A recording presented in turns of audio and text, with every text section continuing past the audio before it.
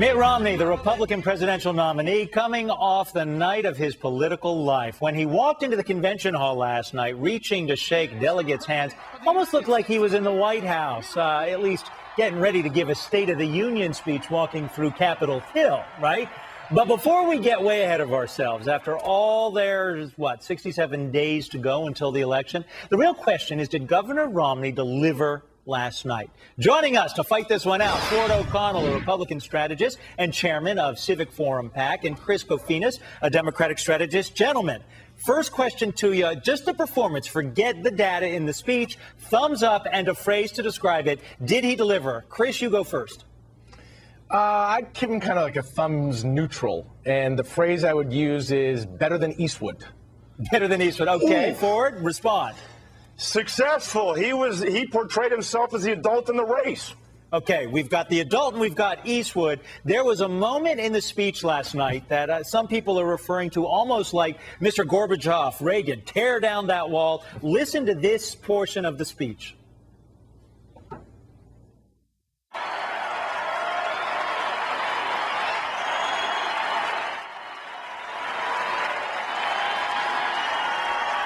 I think we're having trouble with that. So let me just tell you, it was the portion where he describes to the president, look, you promised to lower sea levels, you promised to stop global warming, I promised to help your family. Ford, that's got to be a winner, right? Absolutely. He's trying to say, look, these are serious times and we need serious solutions, and I'm the man to do it. All you have to do is feel comfortable with the Romney presidency, and if you do, I will deliver on the jobs and energy security. Chris? It was a good zinger. I think the problem that Romney has, he doesn't really connect.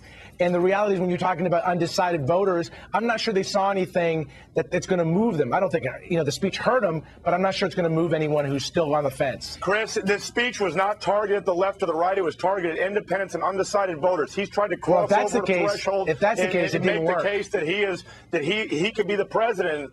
Chris, why do you say it didn't work? It seemed to be a very neutral speech, even reaching out to women when he talked about his mother who ran for Senate from Michigan. Seemed like a very warm, inviting speech.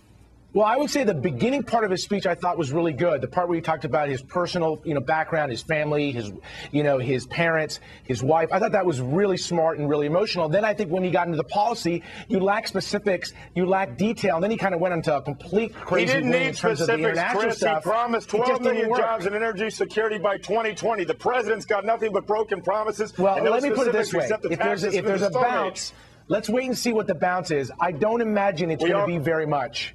Chris, we already had a 6-point bounce after the first 2 days of the convention, according to the latest. What poll are you looking at? Stop. Done. Reuters. Gentlemen, I just want you one word, make my day. You got to answer this question. Clint Eastwood. Chris. That was good, bad, and ugly. It was like car accidents hitting each other again and again. Ford?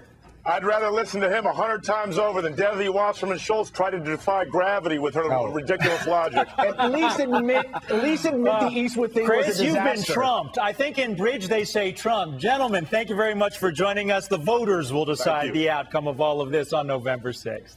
All right, thanks.